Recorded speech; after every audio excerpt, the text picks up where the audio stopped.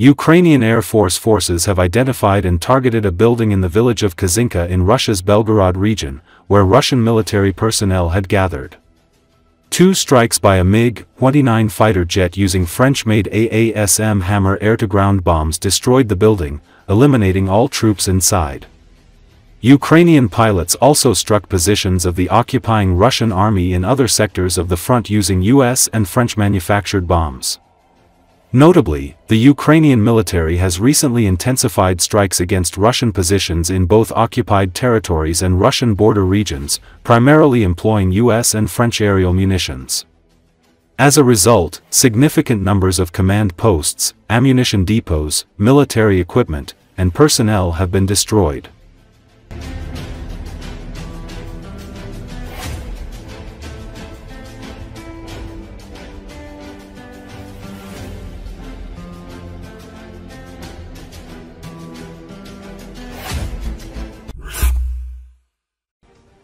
Ukraine can stop the Russian offensive. In addition, Ukraine should continue working from its own missile program.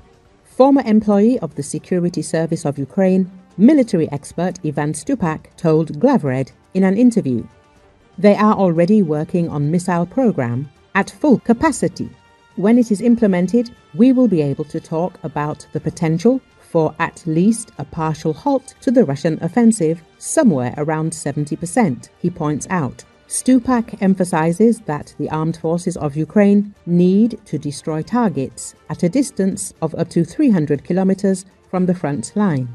In particular, from the Kramatorsk area, it is necessary to have the ability to strike at targets beyond Luhansk, where Russian troops are located. According to him, the ability to hit the enemy at such a distance will significantly strengthen Ukraine's defensive capabilities and limit Russia's potential for further offensive action. Let us recall that on the night of June the 12th, units of the Ukrainian Armed Forces Unmanned Systems Forces struck a strategic facility of the Russian military-industrial complex. According to the General Staff, the explosions thundered on the territory of the Rezonit Technology Park in Zubovo, Moscow region. Recall, Ukraine has achieved a breakthrough in its domestic missile program.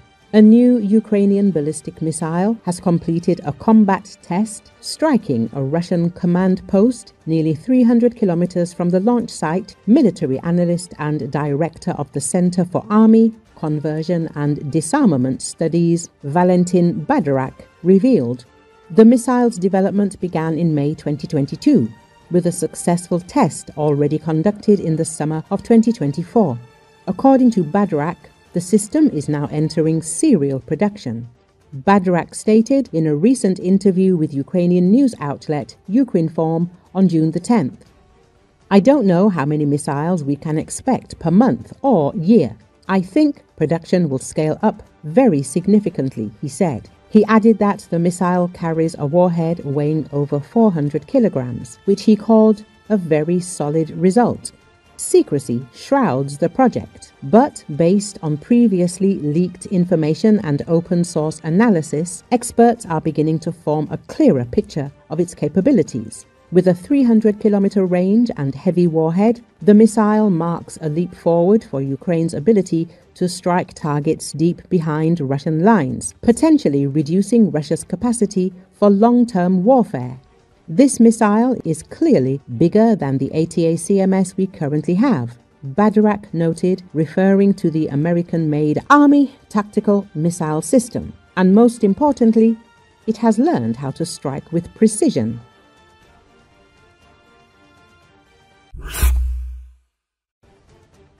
Russia is accumulating reserves on the territory of Belarus. Ukraine must launch a preemptive strike against it.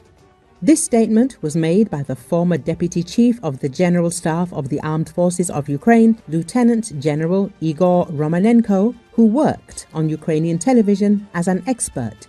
According to Romanenko, Ukraine needs to follow Israel's example and strike preemptively, especially since Russia is allegedly again using the territory of Belarus to train its troops. Maybe Putin has already made a decision to act from Belarus, and in this sense, we need to learn from the Israelis. That means we need to hit all these Russian troops and everything that is on the territory of even Belarus, declared the general. According to Romanenko, Russia is preparing strategic reserves that have not been deployed for quite a long time, despite the situation at the front. As the general suggests, Moscow will use them in the northern direction, repeating the 2022 attack with the capture of Kiev in order to put a final end to this conflict. In such a scenario, Ukraine will have no choice but to throw all its forces into defending the capital, exposing other directions which could lead to the capture of other regions by Russian troops. The aggressor country, Russia, may resort to provocations or demonstrative actions towards the Ukrainian border during military exercises in Belarus, said Andrei Demchenko, spokesman for the State Border Service of Ukraine. We are actively monitoring this in order to understand how many of its villages Russia can or plans to involve in these exercises and, in fact, where they will take place. There is preliminary information that they may be held deeper into the territory of Belarus, if we are talking about the direction with the Ukrainian border. It is difficult for me to say what this is connected with. Perhaps Belarus really does have some concerns about this, he said on the air of the telethon. According to Demchenko, as of now, there is no active phase of Russian-Belarusian exercises. In addition, there are currently no Russian strike groups on the territory of the Republic of Belarus that could pose a threat to Ukraine. For us, of course, the priority is to study the information that we can receive on the active phase of joint exercises, because it is at this time that the risk to our country can increase. We cannot rule out some demonstrative actions in the direction of our border, but our main task is to be ready for any development of situations, the speaker added.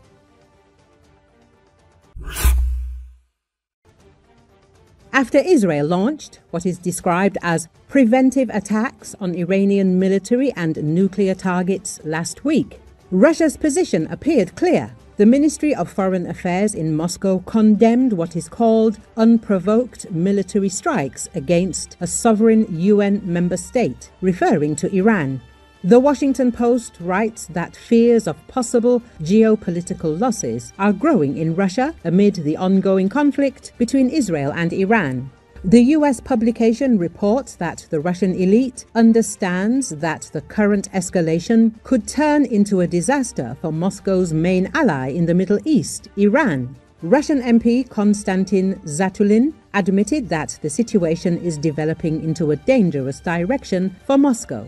The conflict began with Israel's massive bombing of Iran's nuclear facilities and the assassination of its military commanders. Although the Kremlin initially viewed this as an opportunity for diplomatic maneuvering, events are unfolding in the opposite direction.